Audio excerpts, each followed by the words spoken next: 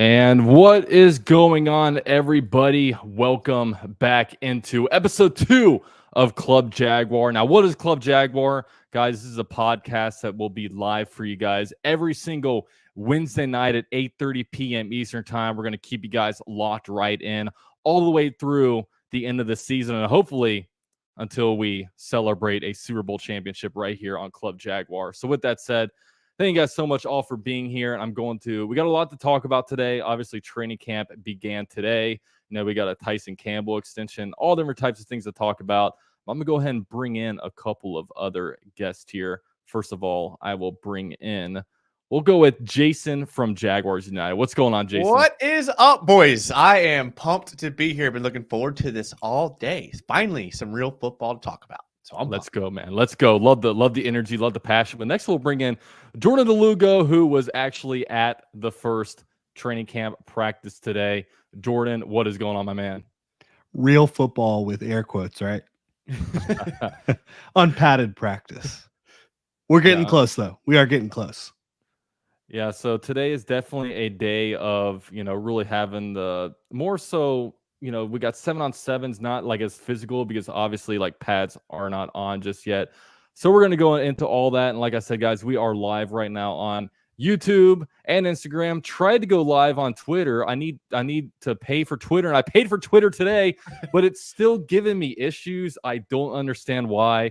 The X platform just doesn't want us to win out here, but we're winning on YouTube and we're winning on Instagram. So no matter where you guys are tuning in at, we appreciate you guys for being here logged into Club Jaguar. So club is open.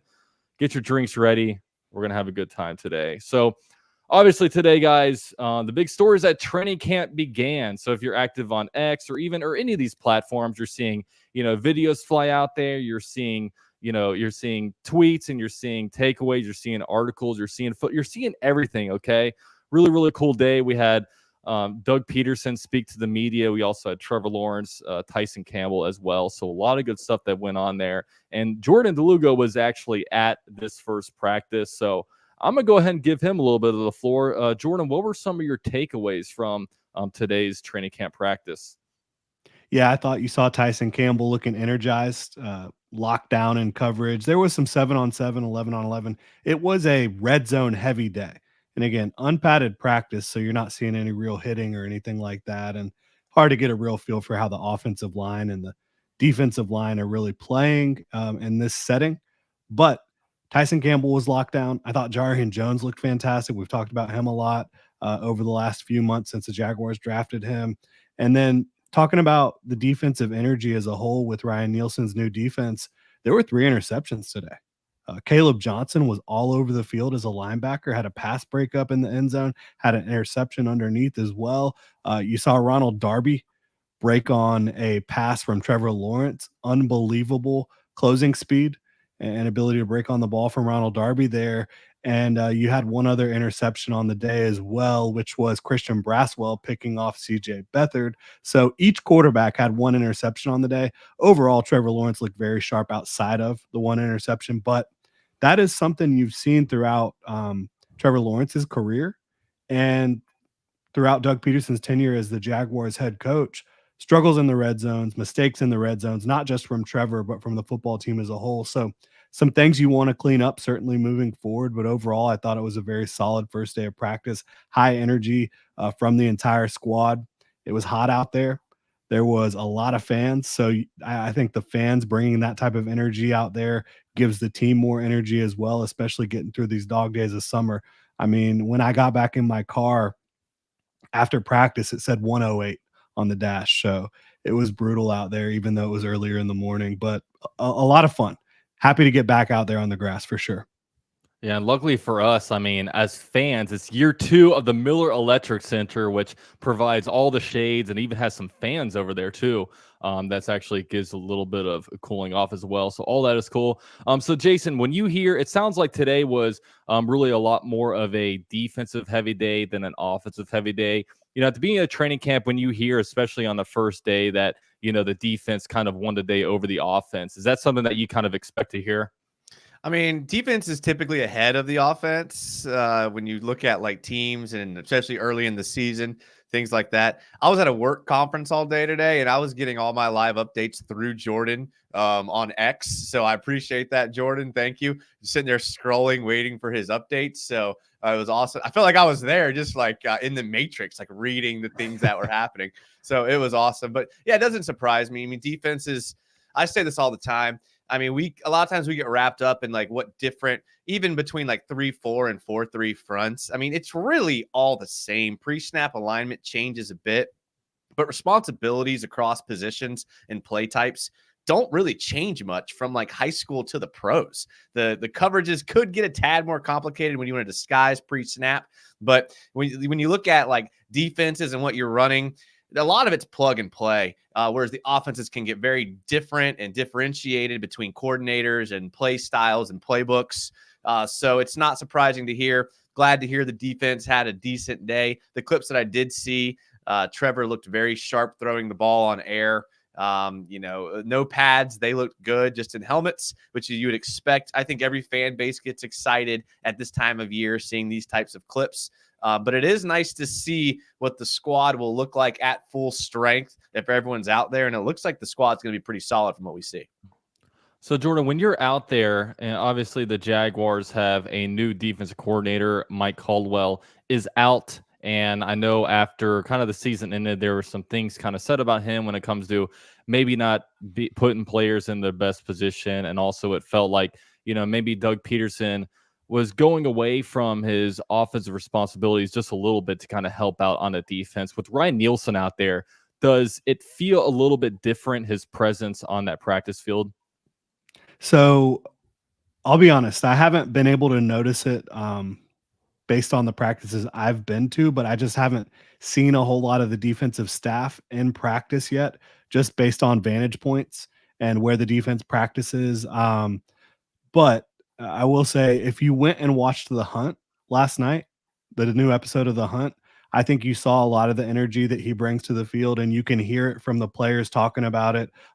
Trevor Lawrence talked about how much energy the defense has. And one thing I will say that I saw today, Chris Richard in the back of the end zone, Jaguars defensive backs coach, and basically the second in command on defense. This is a guy that has been with Ryan Nielsen for a long time. They haven't been at every stop together, but they were in the same recruiting class together at USC. They've known each other a really long time. He's basically his lieutenant.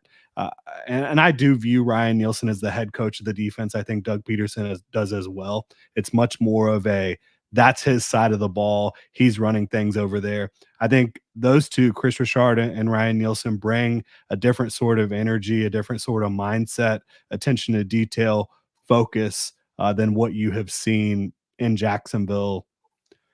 I mean, it's been Todd Wash for a long time and then Mike Caldwell. So it's a lot different than what you've seen for quite some time.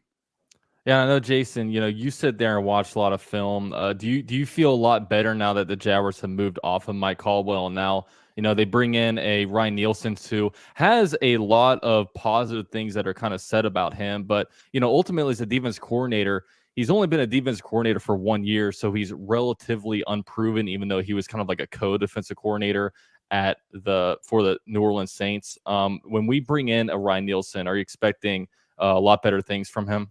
I mean, I think where the differences you're going to see is like, what we'd call a more attack style defense, which is kind of the trend you're seeing in the NFL with more press man,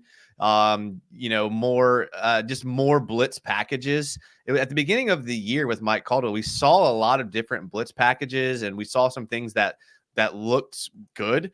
But then as the season went on, they kind of got more vanilla. I don't know if that was based off of like injuries or personnel deficiencies or things like that. But I'm excited to see it more in this, like, even like to say a traditional, like where good teams go with that press man, make the quarterback beat you over the top to the sideline.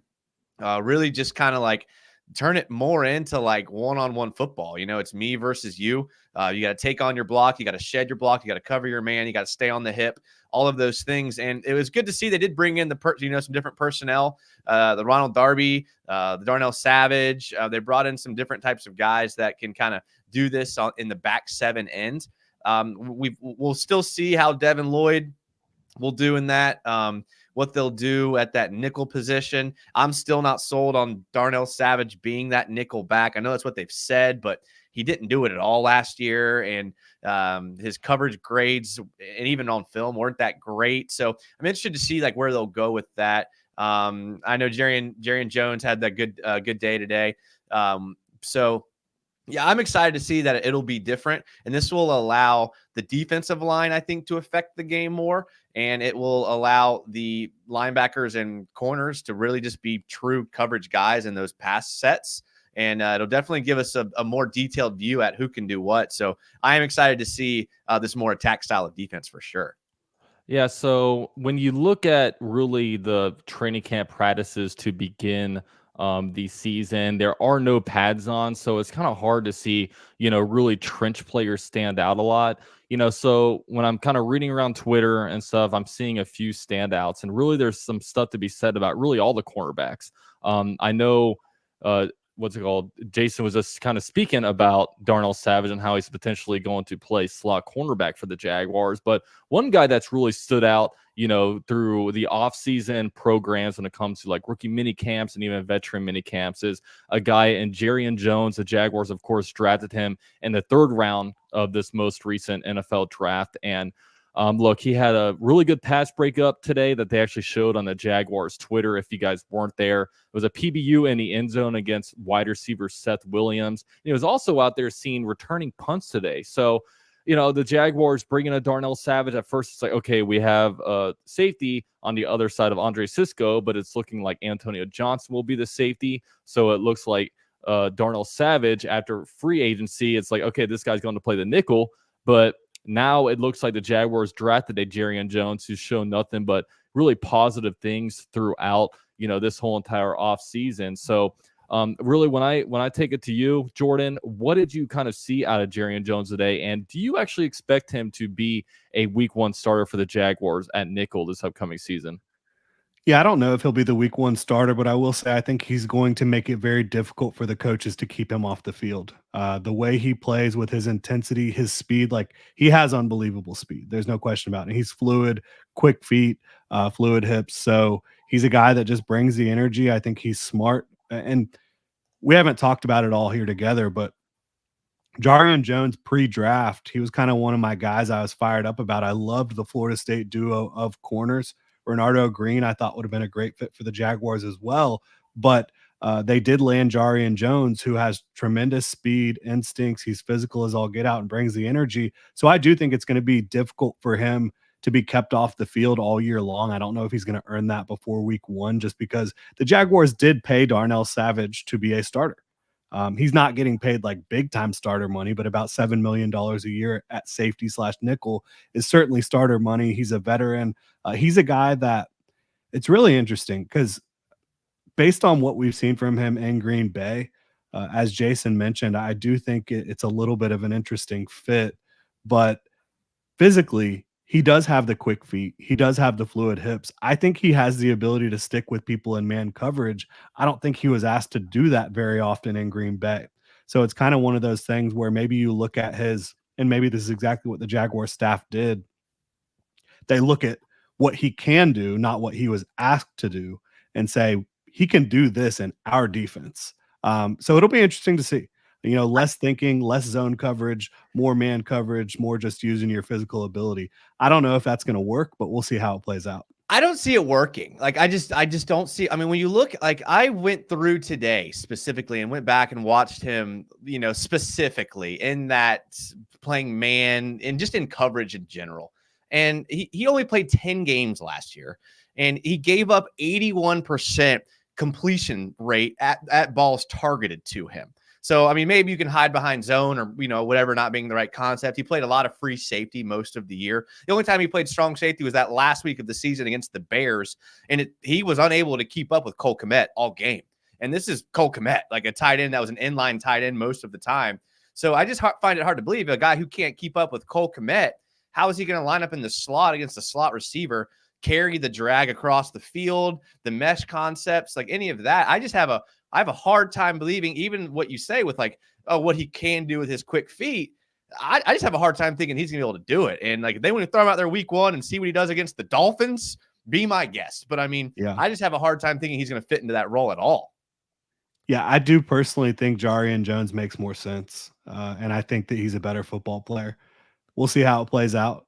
Again, I'm trying to get inside the head of what I think that they thought about Darnell Savage. I think they see certain skills that they think will translate better to man coverage than what he was doing in Green Bay.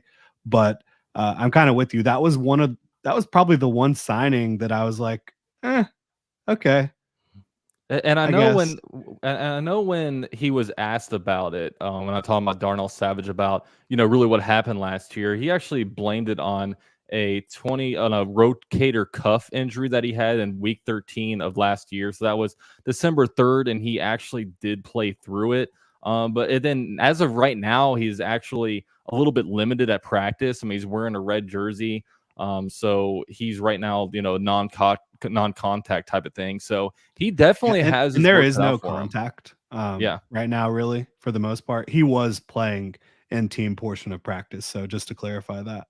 But I know the great majority of his career out there in Green Bay, Green Bay Packers fans didn't really have the best things to say about him. Now, of course, he has the first-round pick stigma attached to him. And, of course, he kind of feels like maybe they played him out of position.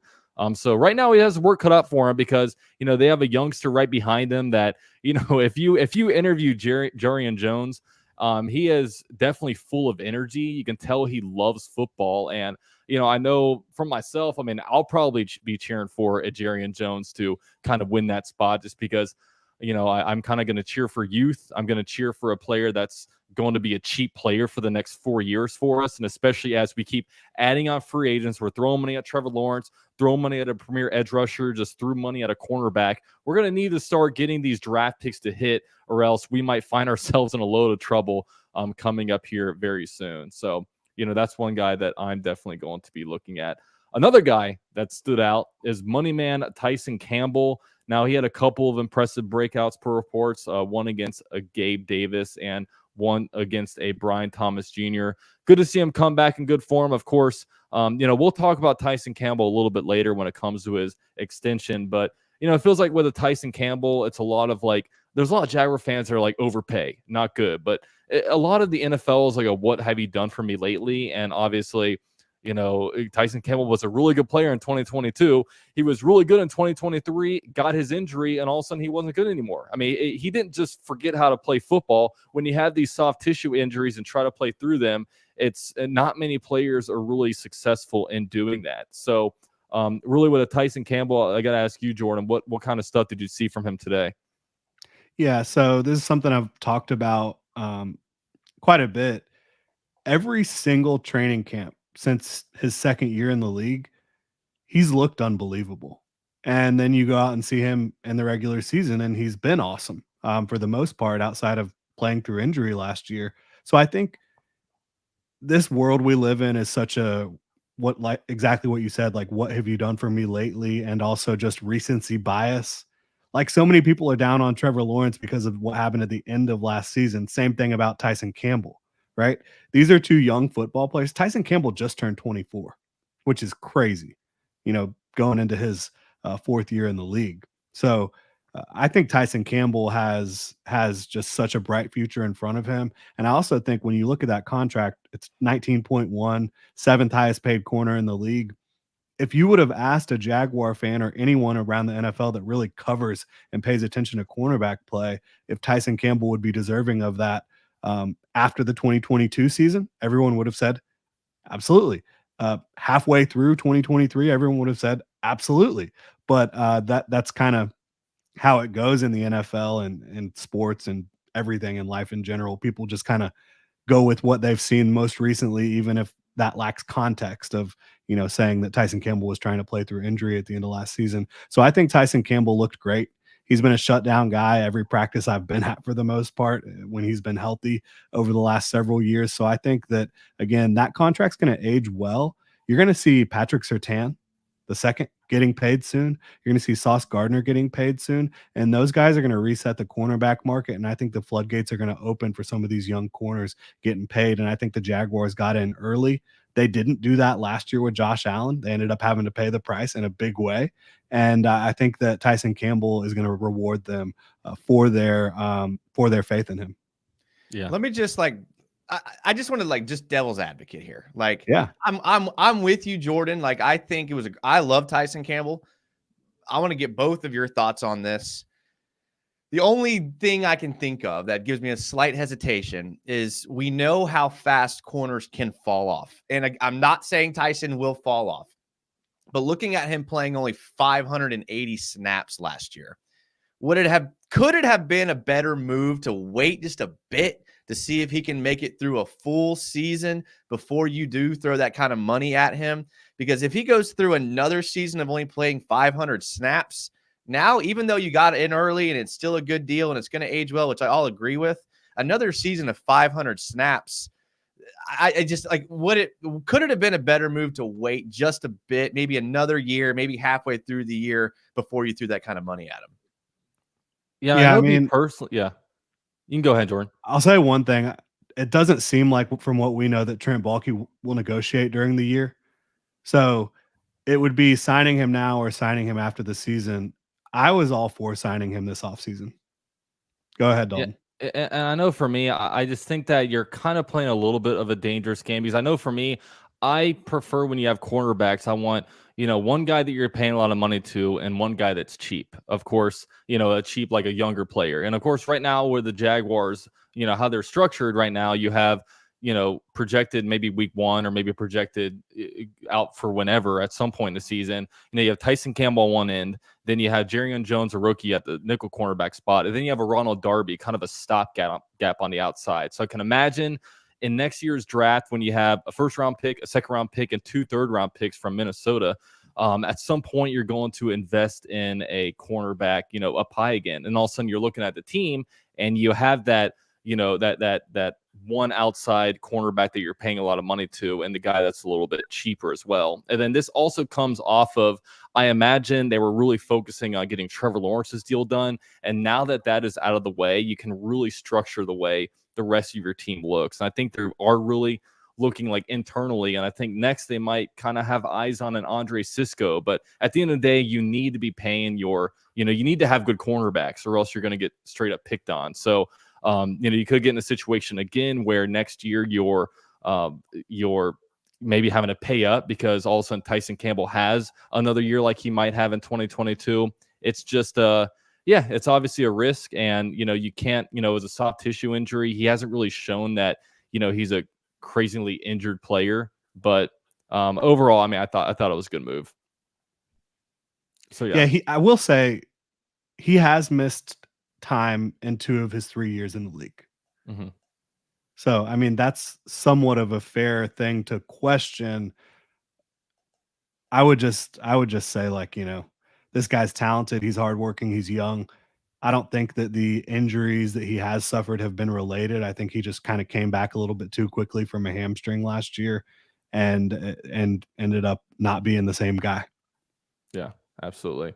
So next up, we're going to fire through these guys. One guy, Ronald Darby, was another guy that apparently stood out. An interception off of Trevor Lawrence while he was covering Gabe Davis. Before we get to this super chat real quick, Jason, do you feel comfortable with a Ronald Darby kind of as a stopgap cornerback starting for us on the outside, or is this one where I think a lot of people, are a little bit concerned about this one? No, not at all. Not at all. I mean, we have and I mean, it's crazy that I'm the pessimist, because that's not my personality at all. But, I've been kind of talking about this for a while. I get very the best ability is availability, and staying on the field. And I would say the player on our team who if you were asking me to gamble on a player who would get injured, I would put all the money on Ronald Darby. And that's just from the past, and when he's healthy, yeah, good player. You talk to Ravens fans, they'd say the same thing. Anywhere he's been, they'll say the same thing. They went out and got 2 corners in the draft. Okay, cool. So do I feel comfortable with him in the stopgap? The easy answer is, if healthy, yes. Right. But right. That's the question. I mean, that's the question there. And do I expect us to have to replace that spot at least 5 to 6 games next year? Yeah, probably. So yeah, not comfortable, but when you do have the contracts that you're like Josh Hines Allen, Trevor Lawrence, Tyson Campbell, you got to make concessions somewhere. So it makes sense that's where they did it. But to answer your question, no, not comfortable at all. Yeah, and real quick, we got the first super chat of the show from our boy Sea Breacher.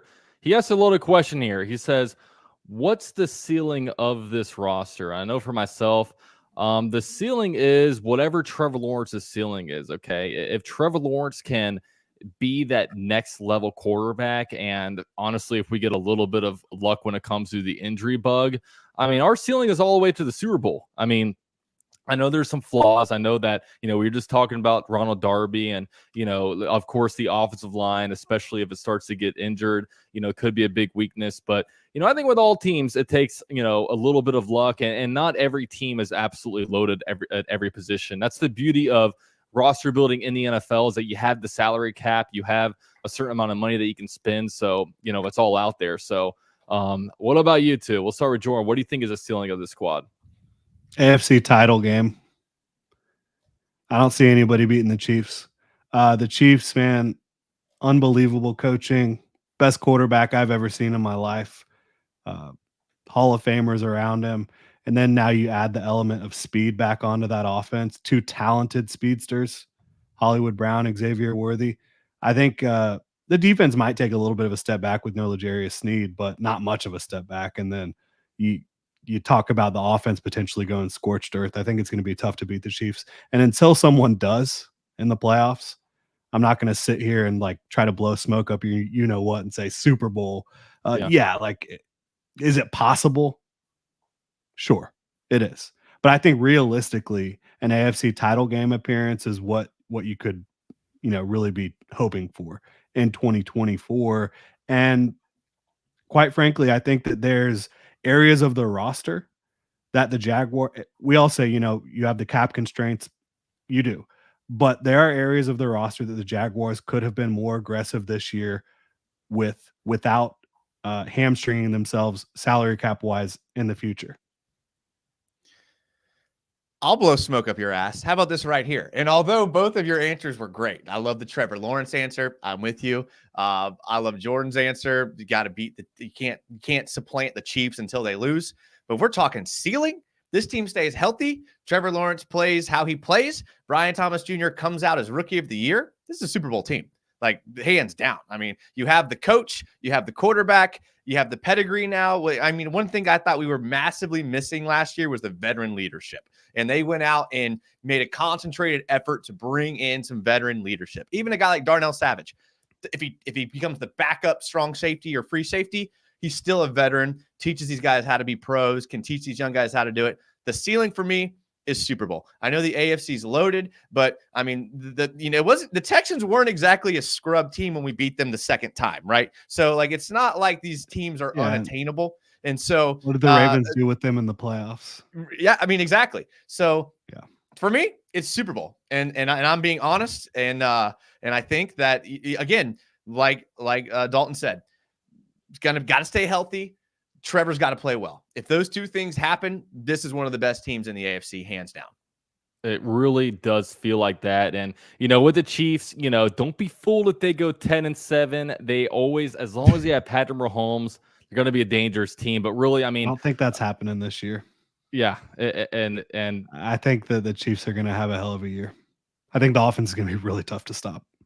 But we need the AFC to run through Jacksonville, okay? We need to take care of the schedule and make them come to our house, even though we did see the Chiefs win away from Arrowhead this year. But still, I want to host that. But great question, Sea Breacher. We have another question over here. And guys, the best way, if you guys want to get in on the show, we are very interactive. Just drop a super chat any amount, and we will be sure to answer your question. And David Bryan, member for 51 months. That's beautiful. Man, it's a crazy number there. Big shout out to Paul Pozlesny. He says, who do you think will be the dark horse for the Jaguars offense or defense? Ooh, we'll go with how about Jason? We'll let you lead off with this one. Okay, so I think the dark horse offense has to be Gabe Davis, right? Like if we see that Trevor Lawrence, I talk about this every chance I get, he elevates everyone that comes here. We don't have to go through the list. We know. If Gabe Davis gets elevated a bit from what he's been, he's kind of hitting that wide receiver one with just a little bit of elevation.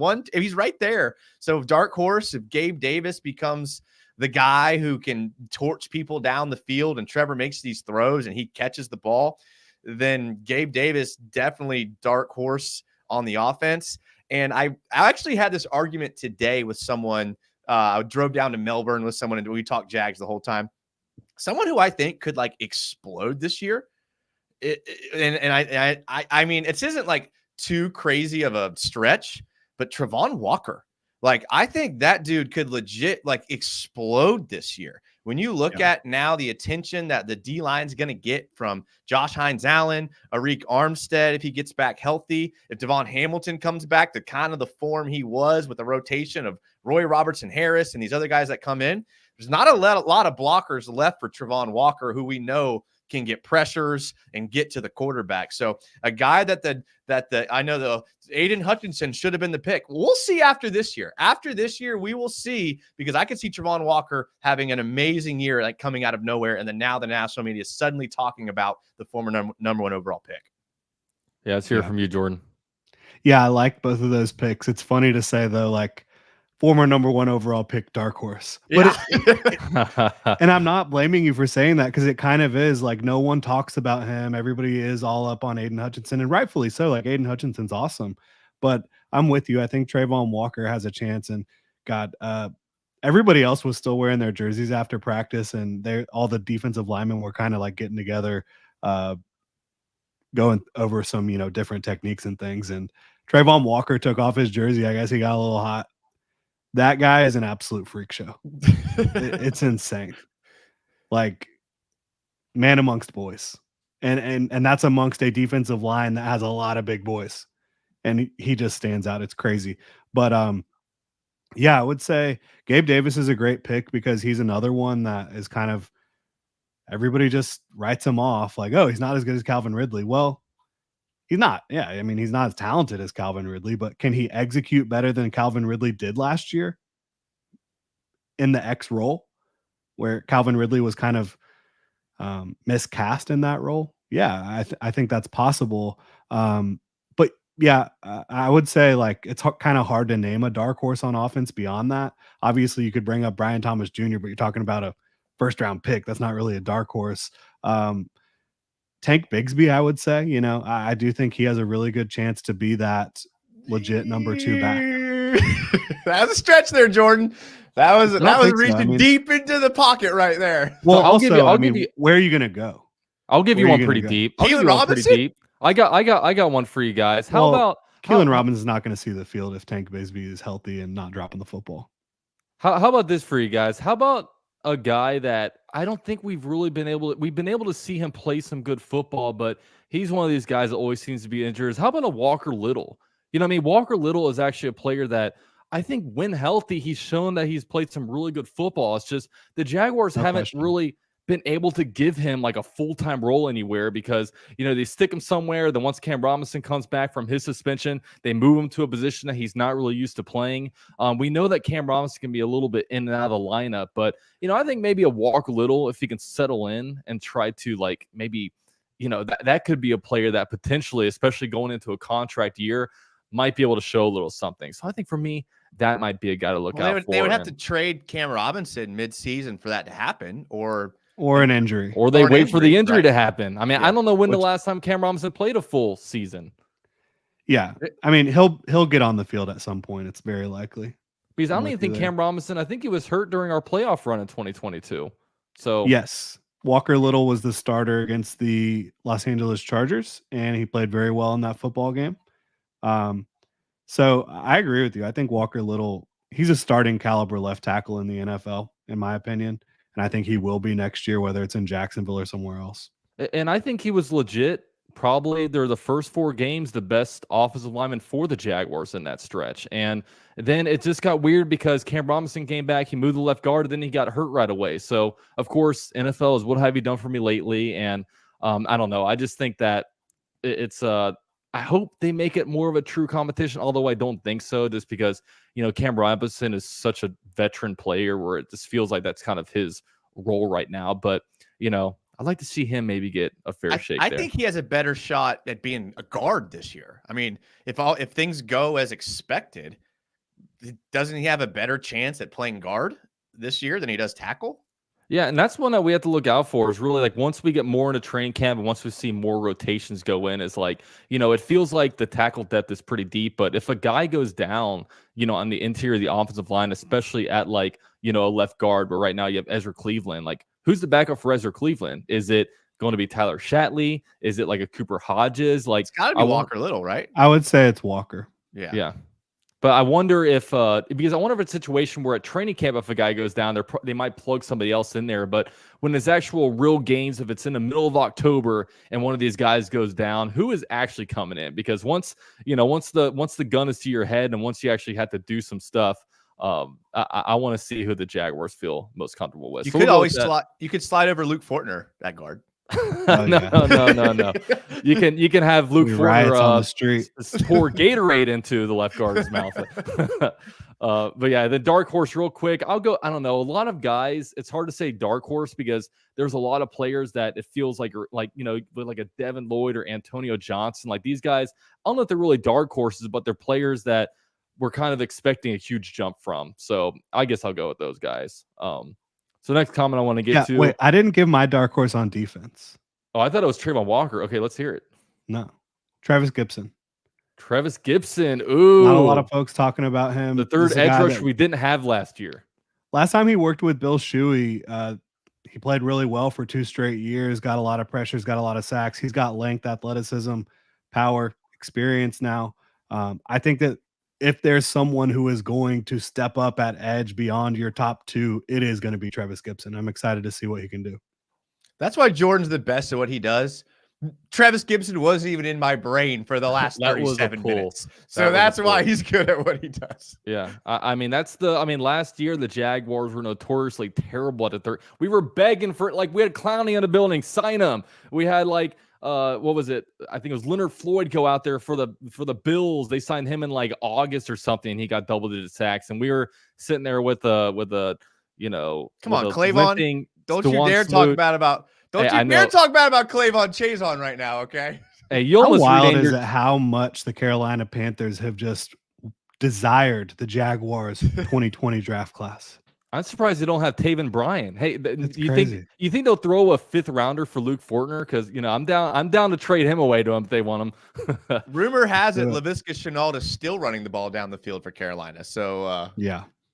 If only we used him. Caleb Von Chason, he's going to have a breakout year there this year. If only we used him like Deebo Samuel. It's a damn shame. But yeah, we'll get to Augustin, member for 50 months. Not trying to be a jinx here. If the Jaguars don't make the playoffs this year and regress, do you think anyone will be in the hot seat, and who will it be? And I actually think that this is a good transition to the next thing I want to talk about, and that is that, look, I know a big topic last year and really just all throughout the season was, the whole entire play calling situation between Press Taylor. All of a sudden we figure out week 1, like hours before the game, that he's going to call plays. And then it came out that, he was calling plays in the second half of all last year. And, it kind of feels like a situation where it's like, Doug Peterson is kind of helping, I guess, his protege or whatever, and trying to elevate him a little bit. Today he was asked, are you going to be calling plays? Because I know the rumor has it, I don't know how true it is, but it's been reported that, Shad Khan wants Doug Peterson to call plays. And so I can tell you exactly what that comes from. Let's hear it. Shad Khan, he was asked, I can't remember.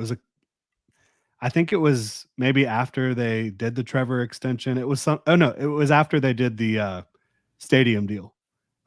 Shad Khan was interviewed by some local media, and Shad Khan was asked, do you have an opinion about the play calling situation? And he said, I do have an opinion, but I'm not going to share it because I want Doug Peterson and the coaching staff to come to their own decision without my influence. Now, what does that say to you? Yeah, it says to me that, hey, I'm not going to tell you to do it, but you got to do it. Yeah. And Doug also today, Mark Long, who followed up that question. He asked, does Shad Khan's opinion have any weight in your decision? And his answer was yes.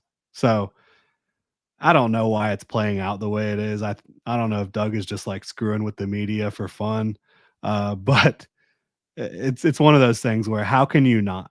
Because the question was, is someone on the hot seat if things don't go well this year? I think people are on the hot seat right now. Yeah. Like, it's win or go home, in my opinion, right now for the Jacksonville Jaguars. Yeah, and I don't know. It's like I feel like Doug Peterson is kind of like a season away from being on a hot seat. I just don't know with like, especially with Shad Khan being a little bit, slow to pull the trigger.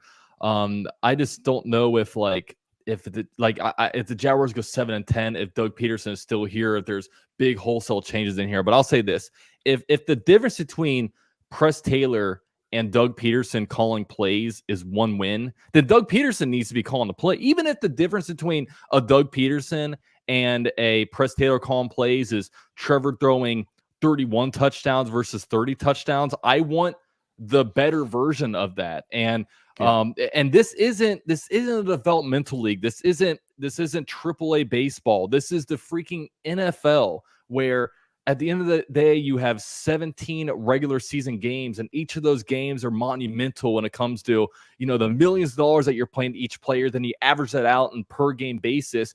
You need to have your best version of football out there every single Sunday. And this is what, when we hired Doug Peterson, it was like, yes, we got a head coach that's also a play caller. And when you get rid of that, it's like, we want him to be here. We want the best version of Doug Peterson. And quite frankly, I don't give a shit about Press Taylor. Like, I don't care about his development. I want what is best for my Jacksonville, the Jaguars. And hey, if Press Taylor can somehow get his head coaching job while being the offensive coordinator and helping with the game plan, all that stuff, so be it. But stands right now, I want Doug Peterson calling plays for this team, and just because I feel like that's the best version of the Jacksonville Jaguars.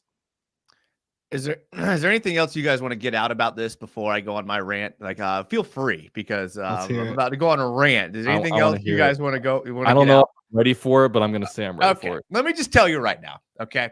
To anyone that thinks that there's much of a difference between the play calls that Doug Peterson and Press Taylor would call, that's not true. How long have they been working? They've been working together, and they've been in coaching meetings. They've probably been meeting every single day of their entire lives for 15 years. Okay. If you think that there's much difference in how their offensive philosophy, how they would call the game, and anything like that, then you're just mistaken there. Okay. We talk about like, oh, what's the win change between Doug Peterson calling plays and Press Taylor on offense? And we're completely admitting the role of a head coach as a CEO when it comes to special teams, going for it on fourth downs, calling timeouts, replays. Those also translate to wins, where if he's calling offensive plays, he can't do. So what's the effect of that into the win-loss record as well? Let's look at the actual nuts and bolts of this Jaguars offense. And I want you all to imagine calling plays with this. The first thing, whether it was the wrong route, whether it was whatever, Trevor Lawrence was 6th in the league in bad pass percentage last year. It is what it is, okay? Imagine calling plays and your quarterback is the 6th worst passing percentage, and you're calling plays trying to get an offense going, and you're working with that. Secondly, Jags were 15th in drop passes, okay? You're trying to get a drive going. You're calling plays, 15th in drop passes, so you are in the top half of the league where your receivers cannot catch the ball. Let's talk about the offensive line. They were a lot higher than that in a lot of different metrics that people I don't know where yours are from, but right. To me, I think they were close to the top 5. I just took the NFL official, and we all know it's way more than that, but I just took NFL official. Let's take a look at the offensive line. Trevor Lawrence, on average, 2.2 seconds to throw the ball. The only person amongst any quarterback that played any snaps at all who had less time was Tua Tagovailoa, and their offense is all predicated on the quick throws and things like that. So I don't think that's a fair metric to look at, whereas the Jags' offense is not set up like that. The Jags is more of like the offensive line literally couldn't block. And when you look at C.J. Beathard's time to throw, also 2.2. Okay, so we know this isn't a Trevor Lawrence thing. This is a Jags offensive line thing. So you're trying to call an offense where you have a bad pass percentage, you have drop passes, you have no time to throw, and the cherry on top is you are averaging 3.4 yards per carry, and that sounds okay if you play Madden, but when you look at where that actually ranks amongst running backs, that would be the 50th best running back in the league at 3.4 yards per carry. So you cannot run the ball. You cannot throw the ball. Your receivers can't run the routes. You have no time to throw. And we're all going to sit here and say, Press Taylor is the problem. Now, is there things he could work on? Of course, we could all work on things. But I think it would be totally foolish to admit all of those other stats and then put all of the blame on a scapegoat and Press Taylor when we know that Doug Peterson is not going to – he'd rather lose his job than say Press Taylor's not the guy. So I think we're just barking up the wrong tree here when we're talking about Press Taylor. I don't think it will change. I don't think it matters what Shad Khan says. I think there's a lot more to the CEO role than play calling. So for all of those reasons, I expect them not to tell us who's calling plays. They're just like they haven't told us in the past, and we won't know. And hopefully Doug just has a better influence than he has in the past. Yeah, so a couple things. I think they will say something about it because they're going to keep getting asked about it. And Doug said he's not ready to make the decision public yet. So we'll see. I think we will hear something about it. But for me, I think there's also room for some nuance in between saying, well, Press Taylor was the problem with the Jaguars offense last year versus is Press Taylor as good of a play caller as Doug Peterson? Moment to moment, like in that moment, in that key third down, Doug Peterson has the experience to draw back on that Press Taylor just simply doesn't. And I know that Press and Doug have been together since I think 2017, something like that, 2016.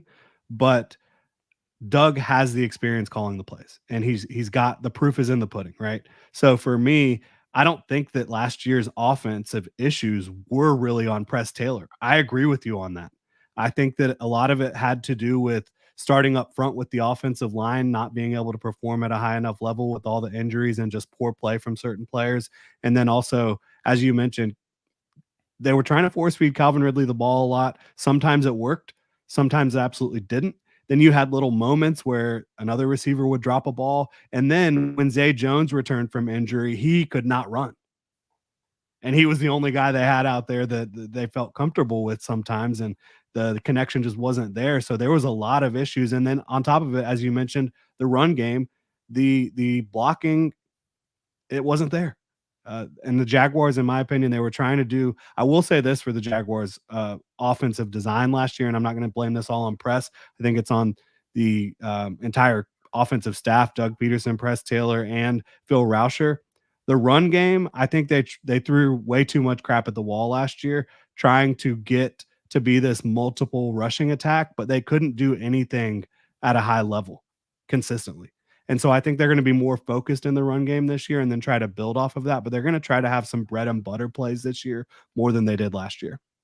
Yeah, and I know for me, I was definitely somebody that while everyone was piling on Press Taylor, I wasn't as like hard on him just because like there are some situations where it's like if you can't run the ball, what kind of play calls are you supposed to make? You know, when like we hate all these like these screen passes, you know, these wide receiver screens, but if you're not able to run the ball, what are you supposed to do? So I know that a lot more blame does go on Doug Peterson. I know my main complaint about this offense was just the whole entire philosophy. Like, you know, Calvin Ridley, for one reason or another, didn't work out very well, but you were kind of sticking him to a spot and just having him do the same kind of plays over and over again, as opposed to trying to motion him in and out. And another thing I was saying is like the run game, we just cannot block anybody. It took until like week, I think 16 or 17 or whatever it was when we played the Panthers to actually come in there and bring a tight end to kind of play a fullback to kind of help push the ball a little bit more. So I don't know. There was just some overall things where it's like, why are we just not trying some different things? And it just felt like the offense, and I know there was a lot of injuries, but it just felt like the team needed really just this offseason doing a complete audit of this team, figure out what they did good, figure out what they did bad, and just improve on it. You know what I mean? Figure out what you want this offense to look like this year, because, in 2022, everything was great. Everybody's trending up. You should only get better from here. And in 2023, that smacked you right in the face. So, I think hopefully after an off season of, really just doing a self dive and just really looking at like where things went wrong, like I said, I think it's going to do wonders for us. So, but yeah, I do think that, to say that, Doug Peterson and Press Taylor are going to have like, very, very similar play calls. They are two different people, so they're going to come up with different play calls. So I don't know. That's my idea on that. But, real quick, I don't know if this is breaking news, but the Jaguars did just release this on Instagram. It looks like maybe some alternate helmets are coming tomorrow. Let's switch out this banner. I think it's just the white helmet is what it looks like. It's a Daniel Thomas. It says 7 a.m. 7:25. That would be cool, right? Bring back the two tones. But unfortunately, Jason, I don't think that's happening. So that's something to look out for, guys. So that should be coming. Set your alarms for 7 a.m. I know Jason will be up with you guys. He can't wait for that moment. Absolutely. But that's kind of going on out there. And by the way, guys, we're flying through this show. We're already 50 minutes in. Forgot to mention that, guys, we are live here with Jordan from Generation Jaguar, guys. He does daily YouTube videos out here, posting not only daily videos, but multiple videos all throughout the day. The link to his YouTube channel is down in the description. Go check him out. Go subscribe to him. And also we have Jason from Jaguars United. He goes live a lot on 9 p.m. No set schedule yet, but now if I call him out, he'll go live tomorrow night. So expect him tomorrow night at 9 p.m. I'm a hold him to that. But yeah, definitely go. I mean, their links are down below. Go hit them up. Go subscribe to them on the YouTube, and also, of course, their Twitters are out there as well. And guys, by the way, if you guys are looking for some bookkeeping or tax services for your small to medium-sized businesses, me and my wife did open up our own bookkeeping firm. So go ahead and hit us up, jaguarbookkeeping.com, or shoot me an email, info@jaguarbookkeeping.com. We'll get you a quote. If you guys want to really save some money on, maybe not having an employee run your books and all that kind of stuff, we can get you a really, really good rate for a really good price. I just recently got my CPA license, so I'm trying to put that to some good use. Okay. So definitely hit me up over there. Would greatly appreciate it. So next up, we will move on. And also, guys, I did want to also mention that if you guys are interested in making reels for this show, I know I had a couple of people hit me up on Instagram, to potentially do it. If you're out there, I will pay you guys to do it. We're kind of looking to bring that on in August. Just, you watch the show, you find some cool stuff to pinpoint, and you make some vertical short form reels out of it. So that will be super cool. And if you guys want to get in on the show before it ends here, all super chats will be read. So if you guys have a question you're dying to get off your chest, or if you just want to make a statement and say that my hair looks stupid or this jacket looks ridiculous, you guys can throw a super chat in here and I'll read it right here on the show. So yeah, we'll move on with some injury updates. Okay. So, the first bit of news that came out really regarding, I guess, the live form of this 2024 season is that Eric Armstead, starting off on the PUP list, the physically unable to perform. He had an off-season meniscus injury, and this is where Twitter gets a little bit weird, because I know it surprised me, but apparently everybody's like, oh, we were all expecting this.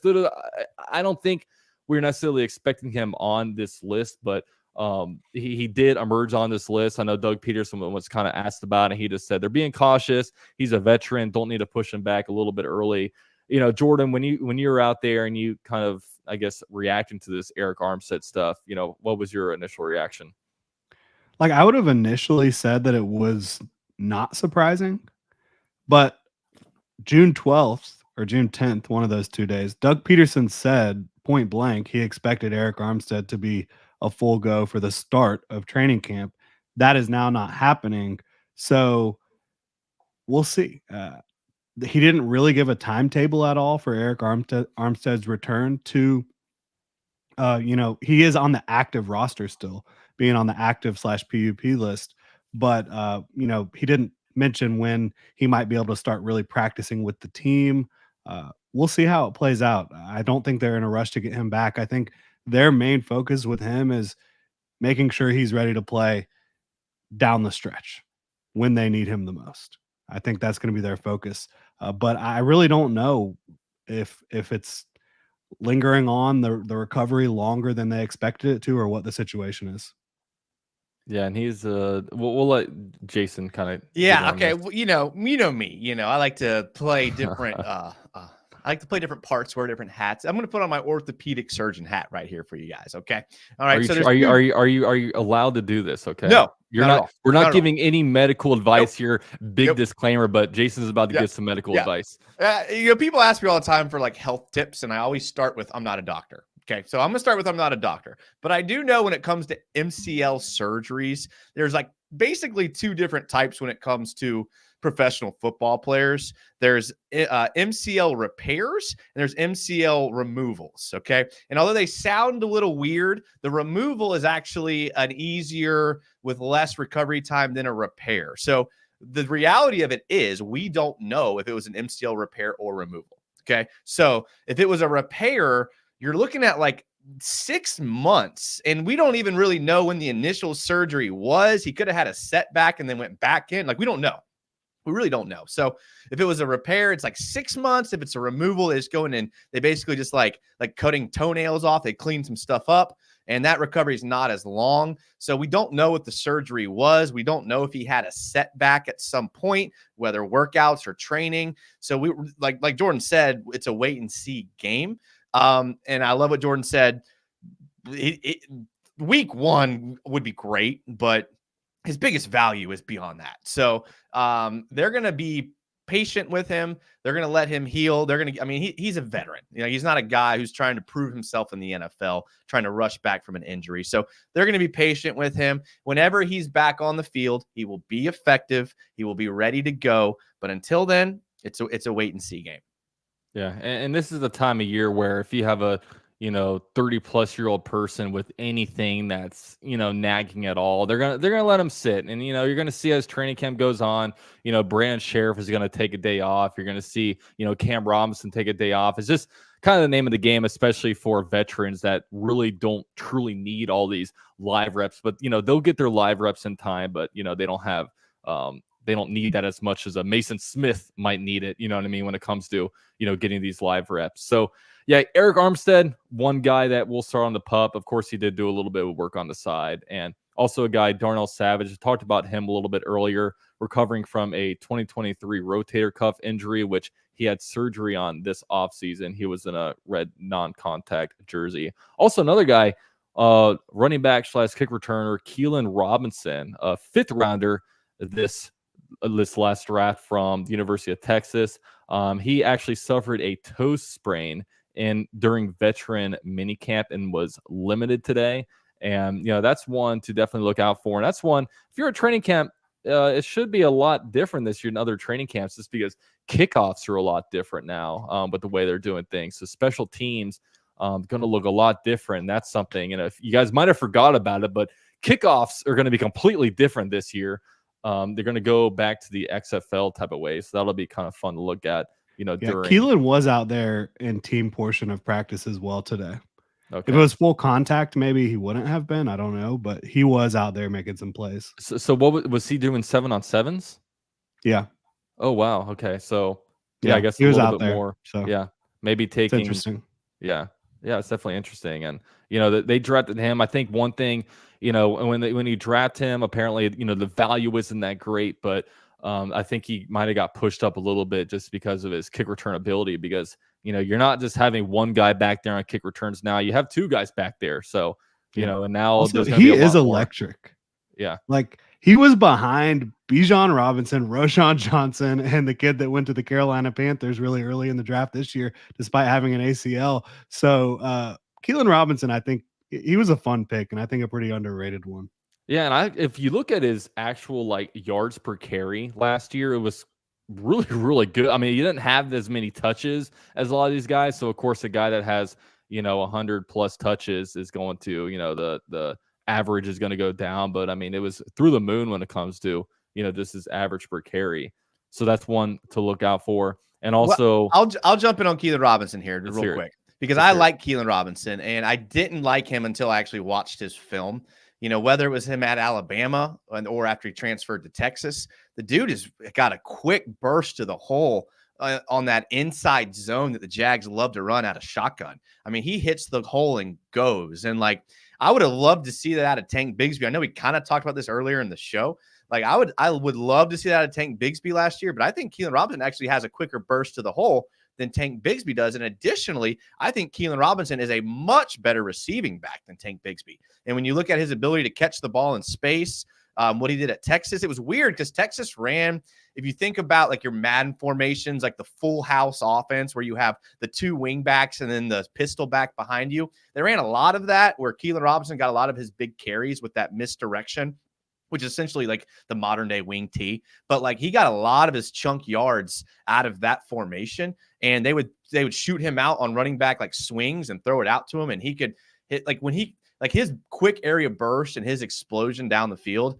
I think is something to watch out for. And I'll say is it wouldn't surprise me to see him get more touches than Tank Bigsby. And I know Jordan disagreed there, but it wouldn't surprise me. Yeah. It would surprise me just because of the they want Tank Bigsby to work. They absolutely do. And I think that they think he gives him more of a power element. Obviously, I agree with you that Keelan is faster than Tank Bigsby, and he is a better receiver than Tank Bigsby. But I think that where Keelan excels in those areas, Tank Bigsby can run between the tackles probably better than anyone else on the team. Yeah, and that's one to keep your eyes looked out for. And I know next week we'll definitely go a lot more into different training camp battles. I just kind of wanted training camp to go on a little bit so we can kind of see I guess, where, even though there might not be an unofficial depth chart, you're kind of seeing where guys are playing and kind of see, okay, this guy, Keelan Robinson, was working with the ones a day. He got more reps with the ones a day than Tank Bigsby, or kind of how these, different things go with a lot of these different players. So, next week we'll definitely get a lot more into different battles, and we'll even kind of look into really with the rookie draft class, like what role do we expect from, some of these top guys, from a Brian Thomas Jr. Is he going to look exactly like what Calvin Ridley's role is, or, Jerrion Jones, is he a week one starter? We're going to look into a lot of that on next week's show. And, last one that was injured is offensive tackle Stephen Jones. He was an undrafted free agent from Oregon. He actually suffered a calf sprain during a conditioning test. So the next couple of weeks, he'll be slow. Cut him. He'll be questionable. Get him out of here. You get injured on a conditioning test? Cut him. Yeah. Get him out of here. I never heard of this one, a conditioning test. So, yeah. No, I think they actually like him a good bit. He's huge, too. Like, that is a huge offensive lineman. But obviously, as an undrafted free agent, getting injured in a conditioning test, not ideal. I mean, it sucks for him too. Man, imagine that your first training camp and you got hurt running a 40-yard. I mean, I don't know what is involved in the conditioning test. I don't know if he was just, bench pressing, 225 a bunch of times and hurt his. I don't know. I don't know how it goes, but yeah. So he'll according to PFF, in 14 games, he gave up 0 sacks. I'll just throw that out. And if you go look at him, like, he is hard to get around in time to get to the quarterback. He's massive, a massive human being. So it would have been interesting to see if he could push somebody for a back of the roster spot. Probably not. They just have so many guys that you look at and you say, oh, he's probably going to make it. He's probably going to make it. He's probably going to make it. So we'll see, but not good for him, obviously, being out for a little bit here with the calf. He reminds me of UCF Jaguars college days when he was hitting the gym every day. That's what he reminds me of. Just massive and bulky. I was the Great Wall of Duval. but I'm much like most NFL players. Once my playing days are over, I lose a lot of weight. I cut down a bit. Now I'm not a good cross country shape over here. So, but yeah, like Tony Baselli. Exactly, man. I'm looking like what was it, the 2018 Tony Baselli, when he was on doing the commercials talking about I don't know, he got pretty skinny at some point. It looked a little bit unhealthily skinny. So I mean, look at Joe Thomas. Joe Thomas shedded that weight in like 3 months, and the dude's like chiseled. I'm like, whoa, this is a different guy. Yeah, I think, didn't Jeff Saturday do something similar? He's pretty skinny too, but yeah, he's lost some lbs for sure. Absolutely. But all right, guys, This has been this week's version of Club Jaguar. Guys, we are live every single Wednesday night right here at 8:30 p.m. Eastern time. We'd love for you guys to tune in. Of course, we'll be giving you guys all the training camp coverage, preseason coverage, regular season coverage, all up until our deep playoff run where our ceiling is not the AFC title game. Our ceiling is the Super Bowl, as long as we got a healthy number 16 back there at quarterback. So thank you guys all so much for being here. Of course, go check these guys out. Their links are in the description box. Drop a like for us also on this so we can get this out to more people. So we have Jordan, of course, from Gen Jag. Jordan, what do you have coming up on your channel? Training camp coverage every single day, right? Sunday's the first day off, so I'll be out there tomorrow, Thursday, Friday, Saturday, day off on Sunday. It will be a much needed day off for the players and for everybody out there because, like I said, it's hot as hell out there. But a lot of training camp coverage, that's going to be the main focus of the channel until you start getting close to that preseason number 1 game. Then we'll start talking about that. 100%. And Jason, what about you, man? What's coming up on your channel? I'm gonna use my time. I'm gonna use my time to shout out Jordan. If you're not following Jordan, I mean, it was he made. I literally felt like I was there because of Jordan, updating me like at every play. It was so awesome. So thank you, Jordan. I appreciate it. It was you're a great follow because of that. So I just want to say I know it was hot, and I appreciate you being out there and updating us all. Hell yeah, appreciate you. Tuning into all those tweets. I'm trying to fire them off, trying to keep everybody that's not out there up to date. So yeah, and yeah, shout out to his Twitter account at Jordan DeLugo. Definitely go hit him up for all your just minute to minute coverage, and you'll be seeing all of us individually all throughout the week, but we'll all come back next week right here. So hopefully you guys will all join us back as well. And with all that said, go Jags.